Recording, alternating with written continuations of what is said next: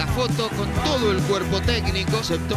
No, te decía que no, que seguramente a Gallego, más allá de que sí es medio de vida. Mani Llanos, tomado personal por Vargas, sale Brun como si fuera un superhéroe con las manos. Fue una salida.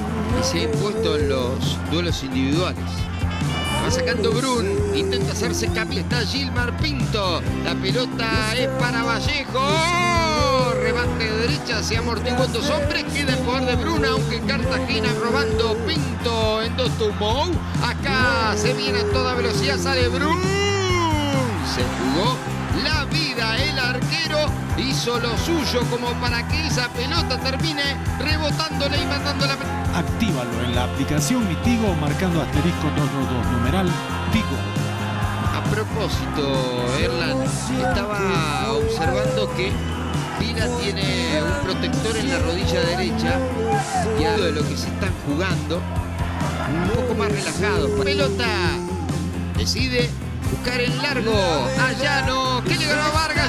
Llano tiene el empate, bien Brun, quedó el arco libre, por encima del travesaño. Tantas dudas, casi lo pagan caro y de verdad. Y bueno, y el problema es ese de Vinto. Parcialmente, sí, la deja bollando y casi por acto reflejo alcanza a recuperar la pelota o rematar al arco. Sí, acá forzó ese cierre de Mendoza, que se le complicó la pelota porque salió cerca del poste. Con Padilla, la juega por alto, la desvía Vallejo, si llega puede ser. Llegó nomás y va a meter el centro. Gilmar Pinto. Me parece que esa no era la idea. Aquí vemos. Él mira para enviar el centro. Ahí está, al primer palo.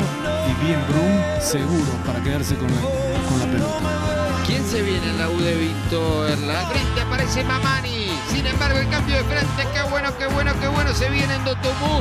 Ahí tiene el remate al arco. Brun, muy bien parado. Se queda con la pelota para la U de Sucre. Bueno, siguen los problemas defensivos para el equipo chuquisaqueño.